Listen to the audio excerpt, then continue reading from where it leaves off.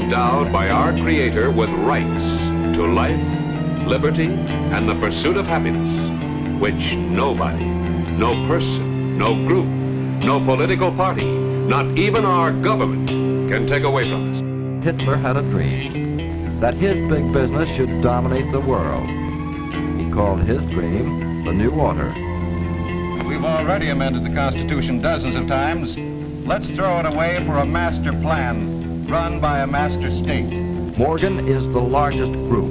Then there is the strong Kuhn-Loeb group, the Mellon interests, which have Westinghouse, DuPont with General Motors, and then there is Rockefeller, and 3 other groups, making up a grand total of some $82 billion assets in 1945. 8 groups control the American economy, not only because of their concentration of wealth, but through their strategic ownership of basic industries.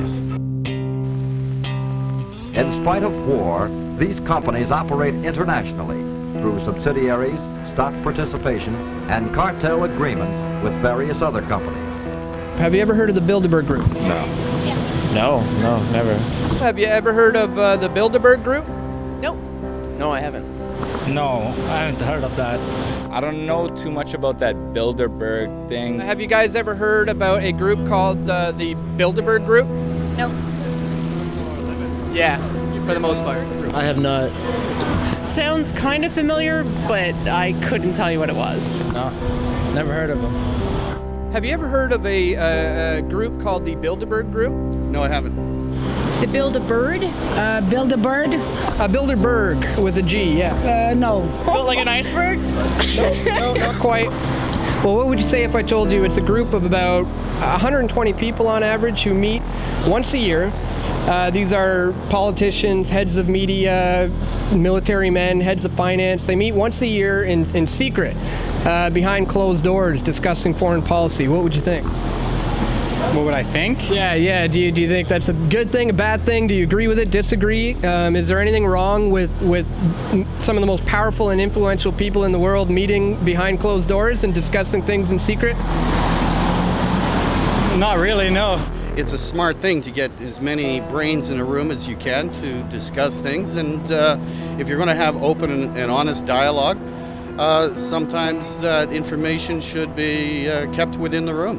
If they're going to make good and careful decisions on political initiatives, they need to be able to meet with the brightest minds in the country, and I don't think necessarily that we need to be inside that meeting. I just tend not to recognize their power and just to pretend they don't exist, because for all intents and purposes they don't in my world. No matter how much harm they do or how much good they think they do, I really couldn't care less. In the spring of 1954, Joseph Redinger, a Polish political advisor and founder of the European movement that would lead to the founding of the European Union, started the Bilderberg Group, an informal and off-the-record conference for political and business elites from European and Western nations.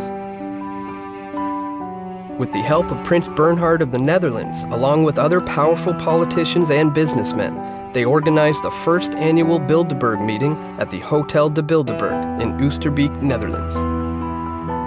The Prince, a former executive for IG Farben and a former Nazi SS party member before the war, was also an influential executive in the oil industry, working for Royal Dutch Petroleum. As a member of the Dutch royal family and the father of the current matriarch and fellow Bilderberger Queen Beatrix, Bernhard was a very powerful and influential member of the European community. The original stated goals of the Bilderberg Group were to bring together the leaders of business, finance, and politicians from Europe and Western nations in a forum that would allow for candid and frank discussions of international issues without the fear of being quoted or recorded. Thus, the meetings are held in secret and are by invitation only. For almost 60 years, the Bilderberg Group has been meeting behind closed doors in luxury hotels around the world to discuss in secret their plan for global control of world events and markets. Over the years, their members have included heads of state, politicians, business executives, media moguls, global financiers, military leaders, intelligence agencies, and many other powerful organizations and individuals whose reach extends to every corner of the world. Some notable members have included the Rothschild banking family, Queen Beatrix of the Netherlands, Prince Philip and Prince Charles of the British royal family, international financier David Rockefeller, and former Secretary of State Henry Kissinger. The members of the Bilderberg Group have such an influence over the media that until recent years, their name and existence has been quietly kept from the general public through a veritable media blackout. With the advent of new social media tools and advances in technology, the independent media has been exposing these annual meetings on an increasing scale. We have reached the turning point. The Bilderberg Group is now finding it almost impossible to stay out of the spotlight and hide their powerful cabal from the public.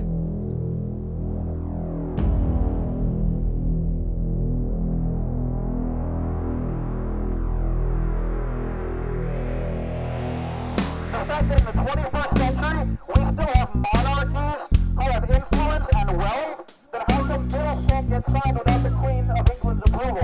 How come the Canadian Parliament can be suspended by the Queen of England if she wishes? If she has no power, why does the final decision-making process rest with her? We can talk about the 99%, but it's really the 99.99999%, because the people that are in here, they're not 1 out of 100, they're not 1 out of 1,000, they're not 1 out of 10,000, 100,000, they're more like 1 out of 1,000,000 or 10 million, or beyond that, okay? Billionaire club. That's right. It's the billionaire and trillionaire club, and you and I, we're not in it, we're not ever gonna be in it, so we gotta hold their feet to the fire.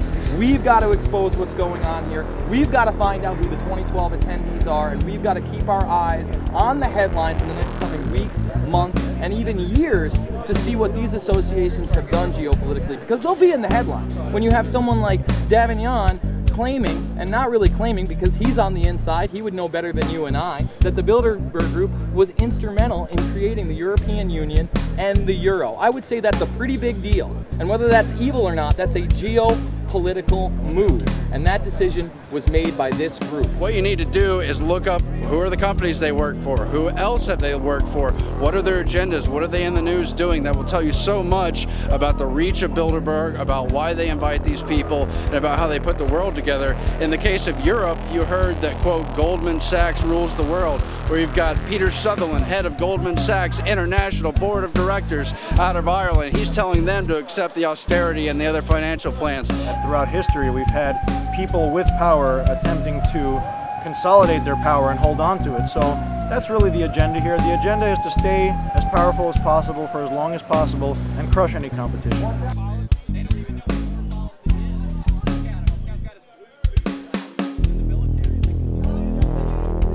Warning, criminal globalist ahead. FBI!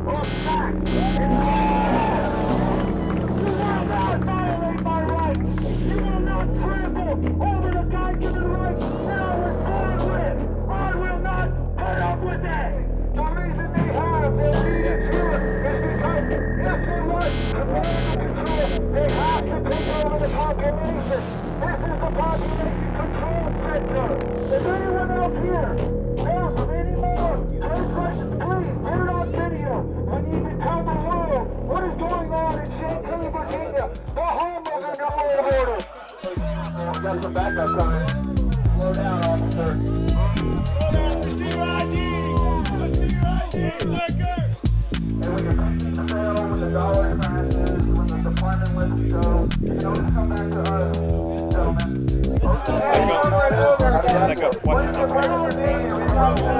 Against globalists that openly say our military is now under UN control in Congress, when real Americans stand up for the sovereignty and future of this country, we are the enemy now, because the real enemy has taken over our government.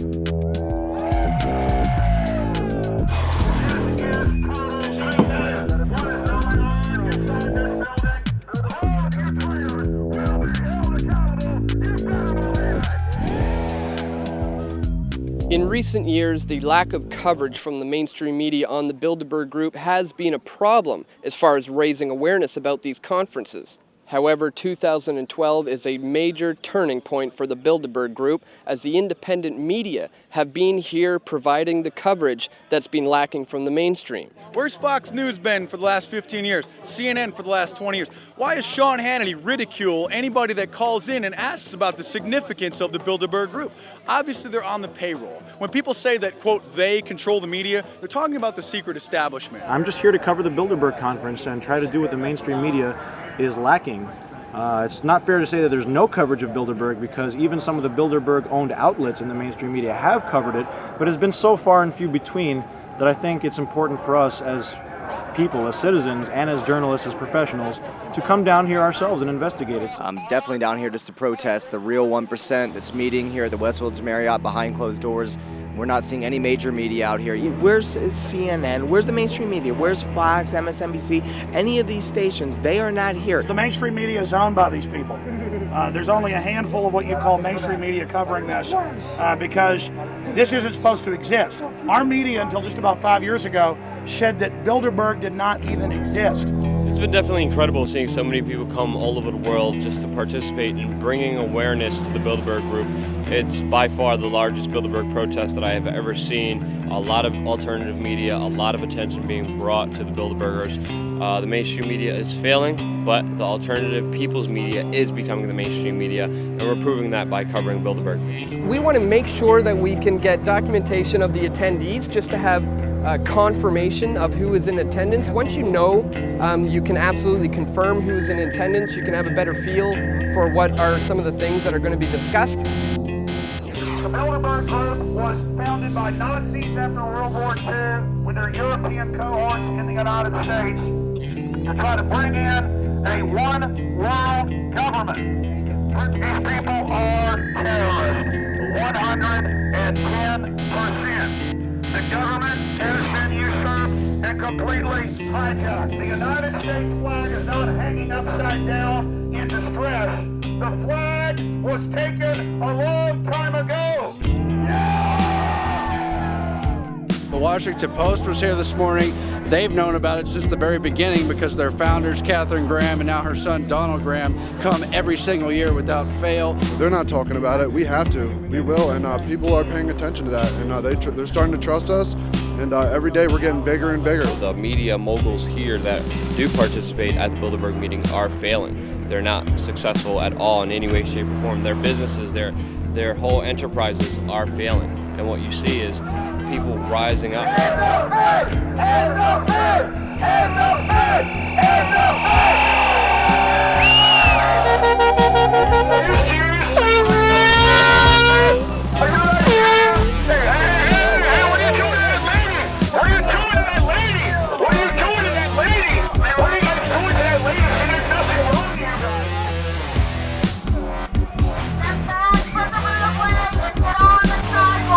Get off the crate.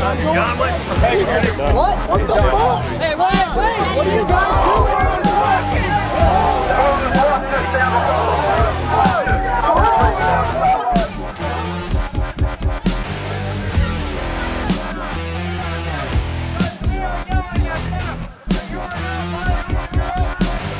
There has to be at least 500 people here now, and the veteran who was arrested yesterday was just arrested again. Large people gathering in front of where the Bilderberg members inside the building can actually hear the people outside, and that's where a group of police officers grabbed this guy, same guy from yesterday, and it appears that they are making an example and trying to keep everybody away from the area where the people inside can definitely hear everything that is going on. We're bullhorning in Bilderberg. They send cops down to stand behind us. We turn, and they just arrest somebody for no reason to get us to chase them down the street. They grab him, take him away like prey. We run out to follow after him. The whole world is watching! The whole world is watching! This group is meeting with government officials. It violates federal law, the Logan Act. And for decades, they said it didn't even exist. This is the real oligarchs that run our government, run Europe, run most of the world to the big central banks, and the fraud that they engage in. These are the real tyrants. So we're identifying them, not the puppet presidents and prime ministers. We're going directly to the financial oligarch, the robber barons.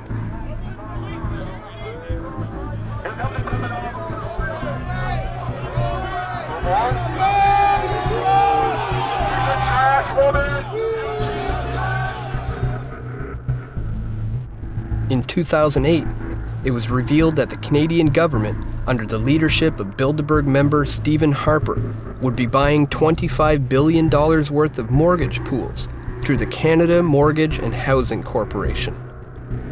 Shortly after the election in October of 2008, the re-elected Harper Conservatives unilaterally announced the government will purchase up to an additional $50 billion of insured mortgage pools by the end of the fiscal year as a part of its ongoing efforts to maintain the availability of longer-term credit in Canada. This action will increase to $75 billion, the maximum value of securities purchased through Canada Mortgage and Housing Corporation. There was no debate in the Canadian Parliament over whether to hand out $75 billion in taxpayer money to the private chartered banks, nor was it covered by the Bilderberg-controlled mainstream media. The control of the Bilderberg Group extends not only to the media and the control of information, but also to the Canadian banking system itself and our ability to control our own currency. In 1938, Prime Minister William Lyon Mackenzie King nationalized the Bank of Canada, giving control of the Canadian currency to the people of Canada. Although the issuance of currency is held solely by the Bank of Canada, the creation of credit through the issuance of loans is still largely controlled by private chartered banks. As part of the Bank of Canada's charter, the government can borrow up to 50% of its own money from the Bank of Canada at 0% interest. The other half of the interest is paid back into the government, allowing for the financing of our own infrastructure, such as the St. Lawrence Seaway and the Trans-Canada Highway. Because of Bilderberg member Paul Martin, Canada now borrows its money from the private chartered banks at the going interest rate, effectively handing over the usury and interest to private corporations. Prior to Prime Minister Brian Mulroney, all banks had to hold an 8% reserve, meaning they could lend out the same money 12.5 times through credit and loans. Mulroney dropped this to a 0% reserve, allowing private banks to loan as much money as they want, simply by entering a new line on a ledger. Currently, the Bank of Canada is only responsible for 5% of the actual debt created in the form of currency. The private chartered banks, such as Royal Bank of Canada and TD Bank, own the remaining 95% of all debt.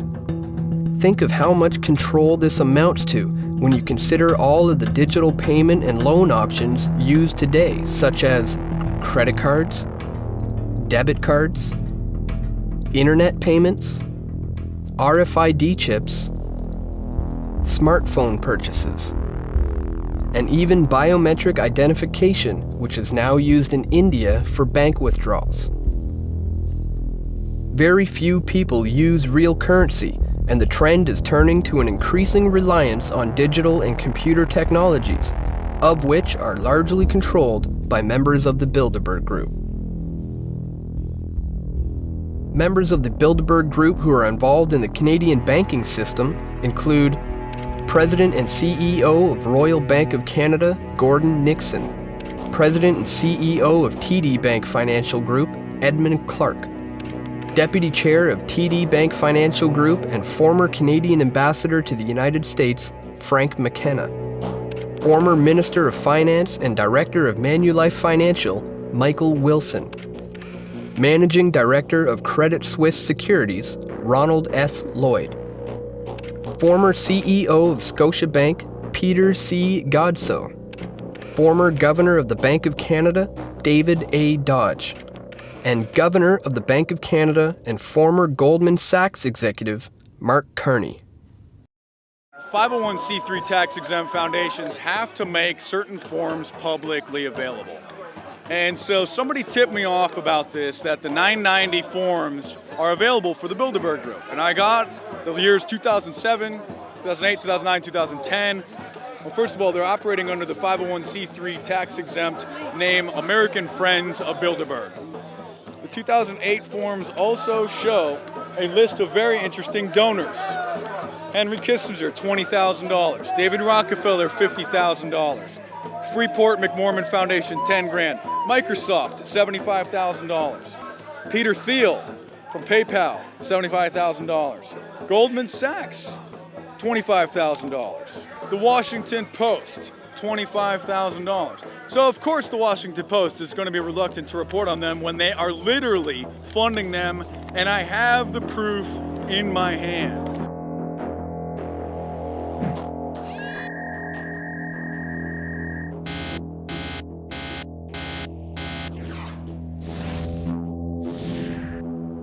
Other large donors of the Bilderberg Group include $25,000 from Lazard, a large investment bank which is based in New York's Rockefeller Center. Lazard is one of the key players in the Bilderberg finances, attending dozens of meetings over the years.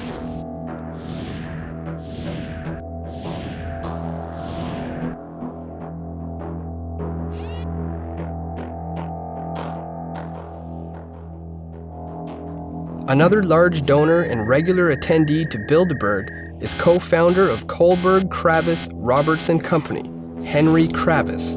KKR is a private equity firm with over $62 billion in assets as of 2011. Kravis donated $50,000 in 2008 to the Bilderberg Group.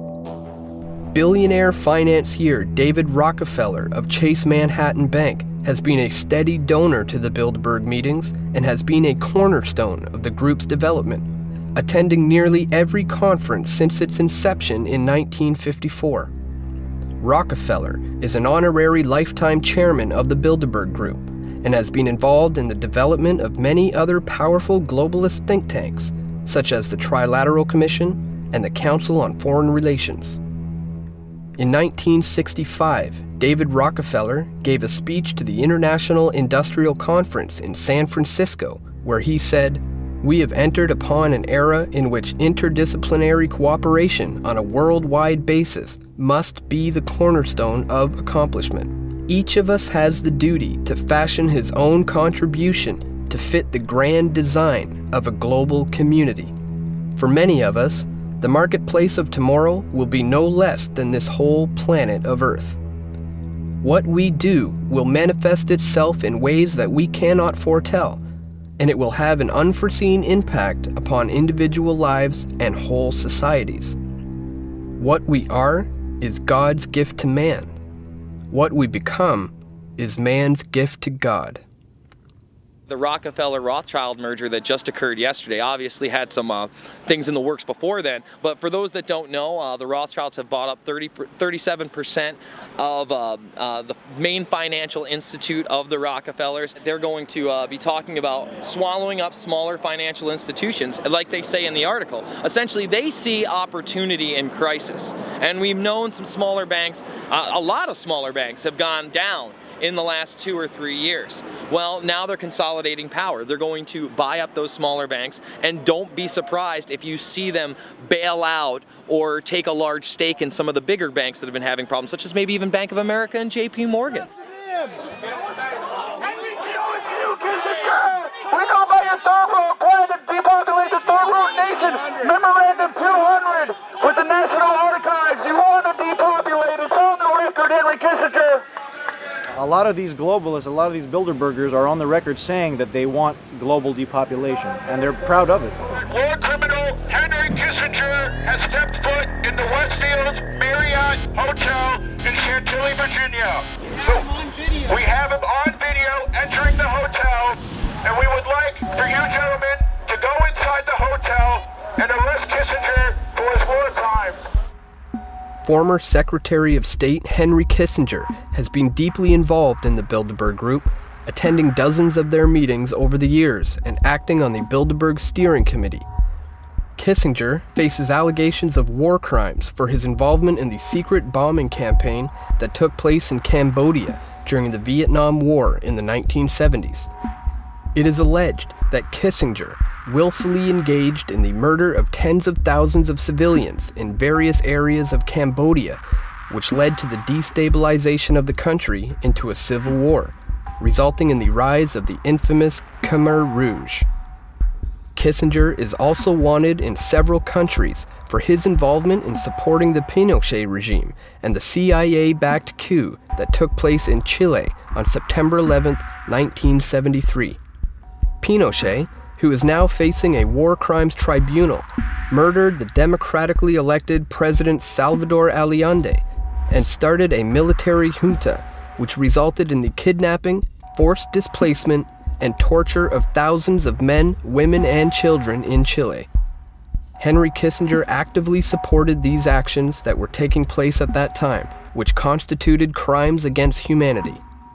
Kissinger was also involved in a controversial study in 1974 called National Security Study Memorandum 200, in which the basic thesis called for an active campaign for the depopulation of several less developed countries to stem the risk for civil unrest.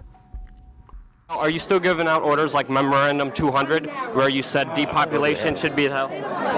Sir, just a question. I'm not going to go to hell because Memorandum 200, sir. Memorandum 200. Just asked him a question about Memorandum 200 that he wrote in April 24, 1974. It's an honest question. Okay. Kissinger, Memorandum 200. Depopulation. We're on topic now. We came here, we give you the access. If you want to burn bridges, you can do that. I don't want to burn any bridges. I wasn't disrespectful. I wasn't accusatory. It was a serious question. We're on topic. Okay, I understand that. So what about the depopulation? I mean, Memorandum 200. Why are you afraid to talk about your depopulation plan? Why don't you get lost? Why should I get lost? It's serious. Sick person. Sick person? How am I sick? You're the one committing. I hope it's the beginning of a whole new epoch of greater and greater coverage. At the same time, we're in danger because of their designs on the internet. This could also be the high watermark. It really depends on who stands their ground and what the fight will be. Because, of course, we've just broke last week. People from the European Commission, the Dutch woman Neelie Kroes, wants a mandatory internet ID for Europe. Cybercom was launched only 2 years ago. We saw the Stuxnet virus admittedly engineered from the US and Israeli and other related allies to use against Iran and so forth. On that pretext, they want to take greater and greater control of the web. The United Nations also trying to have a reach over the web.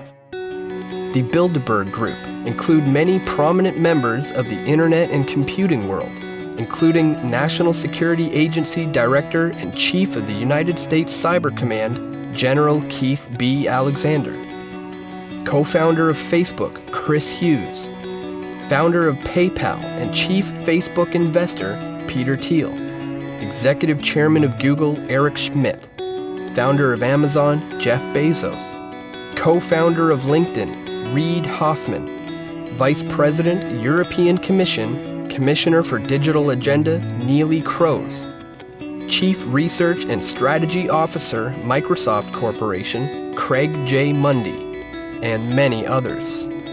More and more, we're seeing the iron curtain of media censorship on Bilderberg and the shadow government, shadow elite, pulled back. So we're seeing Bilderberg basically try to pass the baton off to younger people right now, a bunch of tech folks, Google, Facebook, and others, hoping that the police state tech grid can protect their criminal activity. They're trying to push a global bank as the solution to all our problems that they created. They're openly trying to push more police state systems. They want to end internet freedom. They want to bring in internet IDs. The mainstream media is no longer mainstream. The alternative's taking over, and they're trying their damnedest to either restrict or shut down the free internet as we know it right now. The increase of internet-based media has been closely correlated with the decrease of traditional forms of media, such as newspapers and television, which have been monopolized by members of the Bilderberg Group. In their efforts to maintain the control of information globally, influential figures of the media have been routinely invited to participate in the conferences over the years. Peter Mansbridge of CBC's The National attended the meeting in 2010 and has maintained their strict rules for secrecy ever since.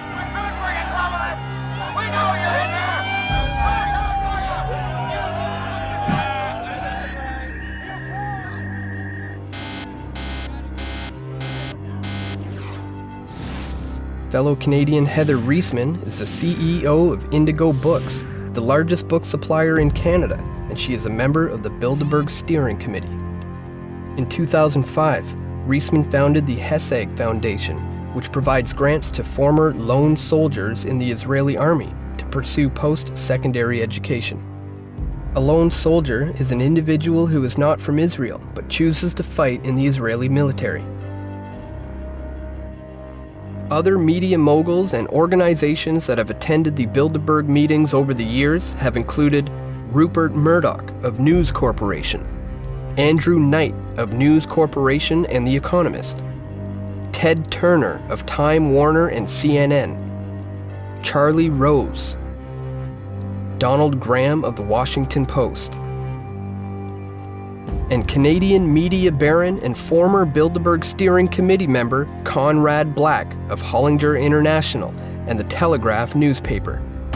While all of these powerful media organizations have been present at Bilderberg meetings over the years, there has remained a media blackout all across the board regarding coverage of this group.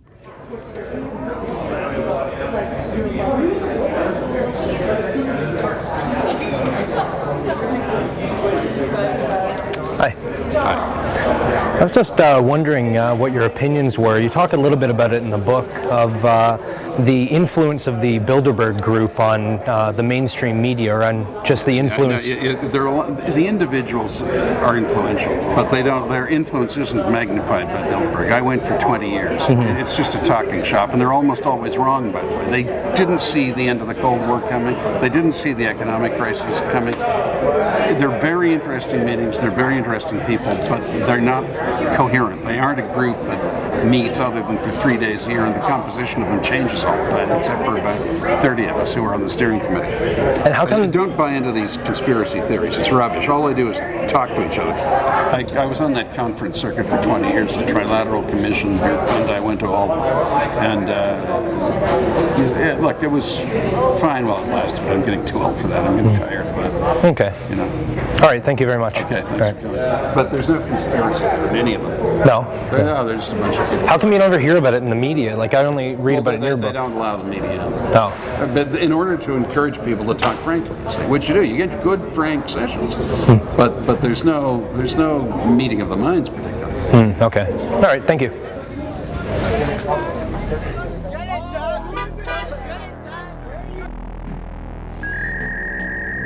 Fellow Hollinger International Board of Directors member Marie-Josée Kravis has made significant inroads since being invited to Bilderberg by Conrad Black in 1989. Marie-Josée is the wife of Bilderberg member Henry Kravis and has been a member of the Bilderberg Steering Committee for over 22 years. At the trial of the now-defunct media baron Conrad Black, Marie-Josée Kravis testified against him, providing evidence for the prosecution. Other prominent Canadians who have attended the Bilderberg conferences include former Prime Minister of Canada Lester B. Pearson, Pierre Elliott Trudeau, Jean Chrétien, Paul Martin, and Stephen Harper. Many other influential Canadian politicians and business leaders have also attended the secret meetings, including former NDP leader Bob Rae, former Liberal Party leaders Stéphane Dion and Michael Ignatieff, former Premier of Ontario Mike Harris, former Premier of New Brunswick Bernard Lord, former Premier of British Columbia Gordon Campbell, the Premier of Alberta, Alison Redford, the Chief of Staff for Prime Minister Stephen Harper, Nigel S. Wright, and Power Corporation of Canada CEO Paul Desmarais Sr. In fact, nearly every Canadian Prime Minister back to Pierre Elliott Trudeau has worked for Power Corp. I attended one Bilderberg meeting. I'm not sure they ever invited me back, but just to make sure, I've also gone to a Maple Leaf hockey game. That doesn't mean I'm a Maple Leaf fan. I believe that there is an opportunity now, with the G20 having been called, for the first time, for us to put together a global steering committee of all of the great powers of the world. If I was asked what is the single most important thing that can be done to get us out of this mess, it is going to be to recognize now that we are one common humanity, divided perhaps into economic entities called countries. The time has come for us to work together. In 1996, you were at a Bilderberg meeting, and also there was Jean Chrétien and Paul Martin. I don't know if I was at that meeting. I've only been to a few of them, but Bilderberg and Tralala are not really think tanks. They simply individuals who get together who are from business, the political world, the media, others, and discuss ideas, and they influence each other through that. Shortly after Dan and Steve got back from the Bilderberg meeting in Chantilly, I decided to file some Access to Information Act requests for information on both Alison Redford, the Premier of Alberta, and for Nigel S. Wright, who is the Chief of Staff for Prime Minister Stephen Harper. I received 2 notices. One was for Nigel S. Wright, and it actually revealed very little. They just said that they didn't have any record of him having attended the Bilderberg meeting in Chantilly, even though he was on the official attendees list. In 2011, the Harper government decided to amend the Access to Information Act and privacy request forms, making it so that anybody that was on the Prime Minister's cabinet was exempt from releasing any personal information. In the case of Alison Redford, the Premier of Alberta, I did receive actually quite a big disclosure from their Executive Council office in Alberta. 31 pages were disclosed to me just the other day. All sorts of different pages have notices to destroy these emails, do not release this information to the public, do not release any information about your travel itinerary prior to attending the meeting. But a lot of the stuff is redacted. A lot of this information is redacted out. That's cited under different sections of the Privacy Protection Act, which goes hand in hand with the Access to Information Act request. So any other information that was in there about other people has been redacted out. There's also a page in here that describes the nature of the meetings off the record. Fruitful discussions are enhanced by an atmosphere of mutual trust in which participants can express themselves freely. All discussions are therefore private and off the record. The press is excluded from the meetings. A list of participants will be released to the press on the eve of the conference. There's nothing to hide. If you're doing good things, you don't have anything to hide. There's only something to hide if you don't want people hearing what you're saying. That's the only reason to say it off the record, is that you wouldn't want to be quoted on something that could be damaging to your career. The very word secrecy is repugnant in a free and open society. And we are, as a people, inherently and historically opposed to secret societies, to secret oaths, and to secret proceedings. We decided long ago that the dangers of excessive and unwarranted concealment of pertinent facts far outweighed the dangers which are cited to justify it. And there is very grave danger that an announced need for increased security will be seized upon by those anxious to expand its meaning to the very limits of official censorship and concealment. How do you feel about secrecy in government? Scary thing. I mean, it's secret, so I don't really know much about it. I can understand if the secrecy is for national security, but, you know, secrecy and covering up, you know, financial documents and things like that, I think as taxpayers, you know, we have the right to know what's going on in our government. I think secrecy is pretty inherent in the Canadian government, for sure, and in all government. I wish it wasn't that way. I wish government was completely democratic, which would mean that we would be a part of it, but seeing as like we have representatives in this house deciding on issues for us, secrecy kind of just comes with that.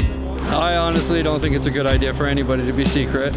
I don't think anything should be secret. I think if anything needs to be said, it needs to be said in front of the people here that can hear it. We elect people to govern us in a democratic way, and when those people fall, prey to, individuals that have money or, have leverage on them, it's no different than a dictatorship. When you have like government officials and then you have financiers and like heads of like banks meeting behind closed doors, that's already against the law. So there's a lot of things happening that I think the people need to wake up to and actually come out and stand against it. It's the job of you guys to get out there and inform the real people that need to know what's really going on, because we have really no idea. And without you guys, we wouldn't be around to know, so. The more independent media that covers events like this or like anything gives a more unbiased opinion, considering how slanted our current media is. It doesn't have to be a, massive media tycoon that's controlling what's being said anymore. The average person can do it, right? Which is, that's an amazing feat. We didn't have that 50 years ago. We didn't have that at all. It's time to get it out there. We should at least know. Technology is a double-edged sword, and with the use of social media and live streaming, the independent media is now shining a bright light on the shadows of the Bilderberg Group. Almost everybody here has a camera. They're all doing live streaming. They're all, interviewing people. There is just everywhere from, really big names with big websites to just people doing their own little thing. And it's crazy. Everybody has a camera this year. We live in the time of intelligence, of technology, of instant information. And more these people are realizing that, and they're going to realize that today with the hundreds of people that are surrounding the Marriott Hotel where Bilderberg 2012 is being held. What do you think about, the independent media's these days ability to use social media and live streaming at these kinds of events? It's amazing, and it shows you how many people that are getting aware and politically aware to this. Everyone's becoming the independent media because of the double-edged sword that is social media. It's also, of course, a spy tool, as everyone knows. They're worried about us. They're worried about you. They're worried about every person out here with a cell phone that's able to broadcast live or put the video online, where in the decades past it would require an entire news crew and an assignment, tens of thousands of dollars worth of equipment. Now we can do it standing out here with a cell phone. So their technology that they're using to bug us, their Orwellian nightmare, Big Brothers or surveillance systems, we're just turning it against them and showing them that we're watching. What we're seeing here in 2012 represents not just an evolution of social media, of independent media, of the ability of citizen journalists to bring attention to causes and events that the mainstream media will refuse to cover. You had thousands and thousands of people watching live stream video. They're interested. People are dying for real information, truth. We are able to pretty much broadcast to the world to thousands of people live, unedited, uncut, as everything's happening, pretty much just through a cell phone. We're living in amazing times. The technology is advancing. It's like more than it's a protest. It's almost an independent media summit. There are at least 20 cameras here, live streaming, not all like with some central hub. No, 20 independent media outlets, 20 individuals doing separate live streams. We are making a difference. We are forcing the mainstream media to cover these events, and they are coming, kicking and screaming, but they are coming. If you had an opportunity to maybe say a short little message to the people in that room, the people sitting around that table, what might you say to them? That's a hard question. Tough one, I know. It's a tough one. I don't mean to put you on the spot. It is. Second. But if I could say anything to the Bilderbergers is, when you do things in darkness, they will come to the light, and they are. We're here just to shine that light. I don't hate you. I'm not going to spend my energy just to negatively go after you, but I will expose you, and I will talk to you, and I will communicate with you with words to try to make you and the world understand that there's a lot more going on than we actually know, and we deserve to know what's happening. We're human beings. We're just as equal as you, and we're all in this world together. Ladies and gentlemen of the free world, we came out here for one reason and one reason only. We are sick and tired of being controlled. We are sick and tired of the elitists taking advantage of our trust, taking advantage of our apathy, and we will not put up with it anymore! My message to the globalist is the sleeping giant that is humanity is awakening. It's 1776 against their 1984 worldwide. Their system of 1984 against the spirit of liberty. And they will be defeated. And they know it, and they're starting to run scared, and they should be, because information is power. And the truth is setting us free. We know who you are, and we're taking our fate back. We know who you are, and we're going to expose you all the way. So we're not stopping. We're going to be growing in numbers 100 times this in the future. So just wait, we're coming. I'm sure you guys realize, that this is the fate of the planet. You guys are in control. One way or another, people are finding out what's going on. Life is short. We should live it to the fullest and treat people with respect, honesty, dignity, and compassion. And you could change your life at any moment, any time, and just think about the decisions you're making and how they affect people and how they hurt people, and understand there's real consequences for those decisions that you guys have made, that you guys will have to live with for an eternity, pretty much. When Jesus was tempted in the wilderness, Satan said, if you bow down and worship me, I will give you the world. Well, guess what? You've got the world, and we're not going to bow down and worship you. Those filthy deeds that you have done in secret are now being shouted from the housetops. We are on to you.